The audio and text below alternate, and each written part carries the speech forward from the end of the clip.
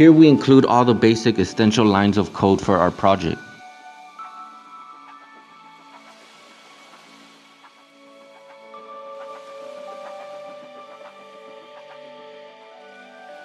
The IO manip is there so we can utilize the manipulator features because we will be dealing with numbers and we don't want to have our results to have too many decimals or trailing zeros.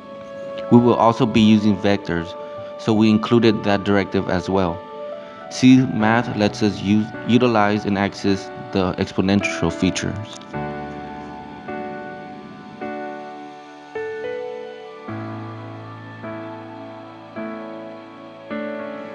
Here we have created a simple class called question.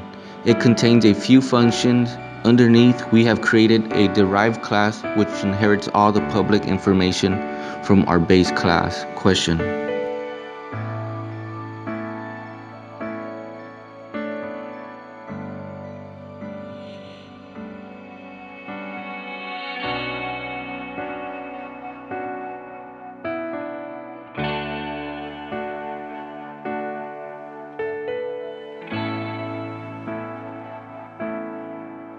These are the default constructors for our classes and functions.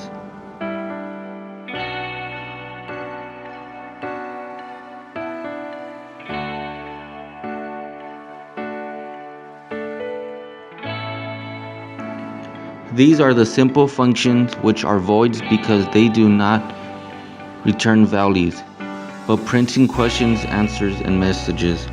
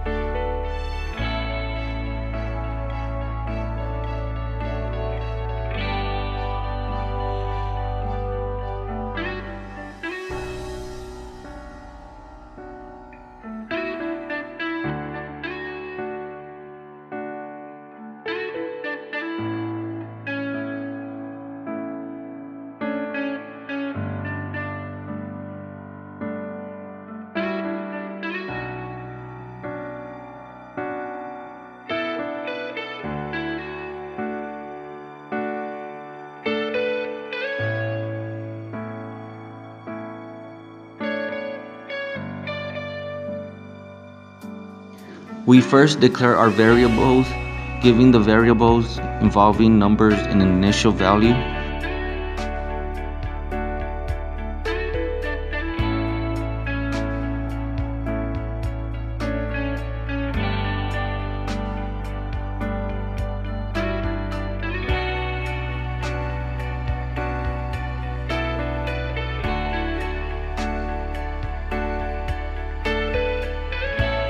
We also create a pointer called jackpot, which points to the reference value of the total.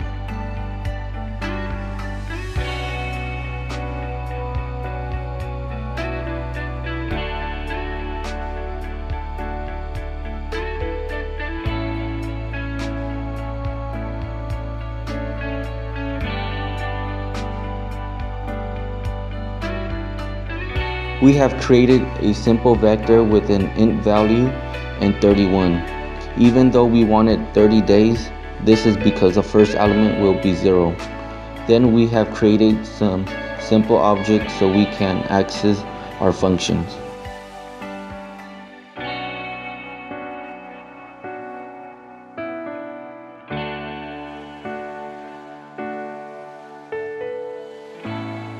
Here we have made a do while loop, which prints 2 questions for the user. We utilize our objects to access the functions in the derived class message.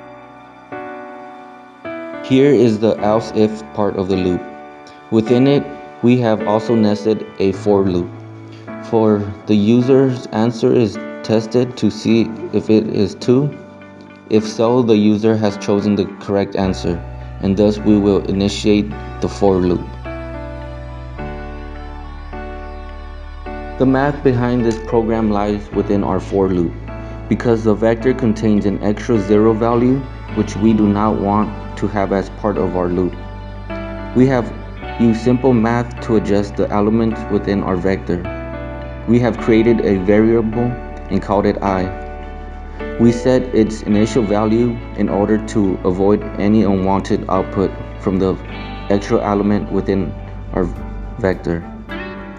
Next, we test to see if I is less than or equal to the size of my vector. While I is less than or equal to the size of our vector, I is an increment by 1. Next, the actual loop begins. It starts by dividing the value of money by 100 so that we can obtain our cents value for money.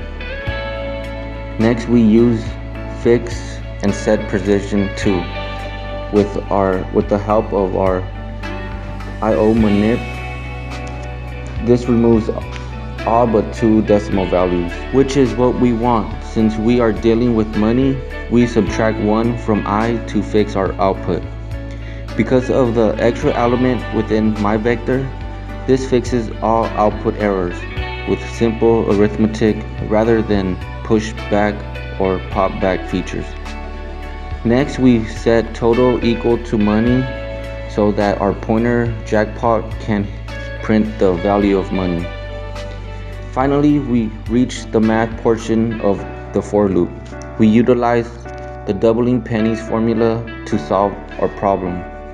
We can use exponents here thanks to C math.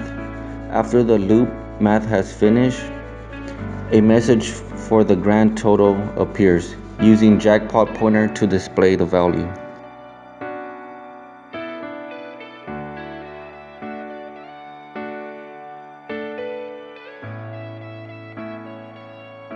Here is the while portion of our do while loop.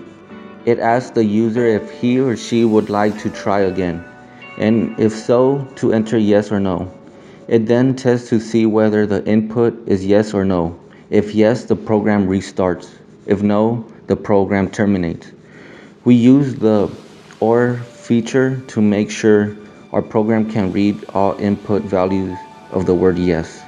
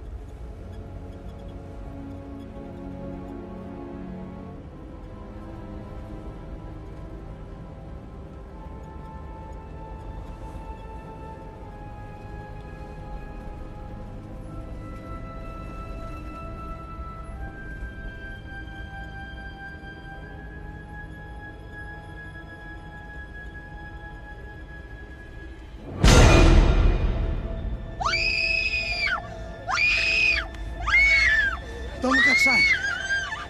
Stop it. Stop it. Just look at me. Just keep looking at me. Close the vents.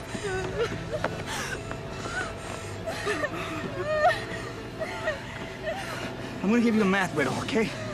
And you're gonna tell me the answer. What?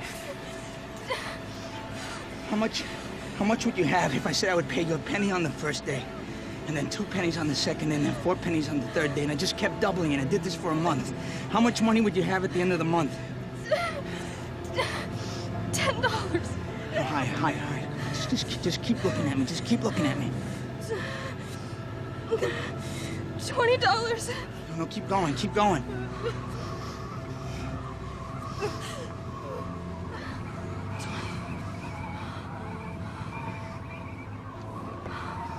$30. It's $30. It's $30.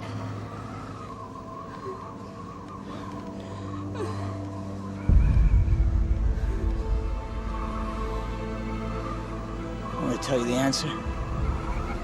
It's over $10 million. You'd have over $10 million at the end of the month.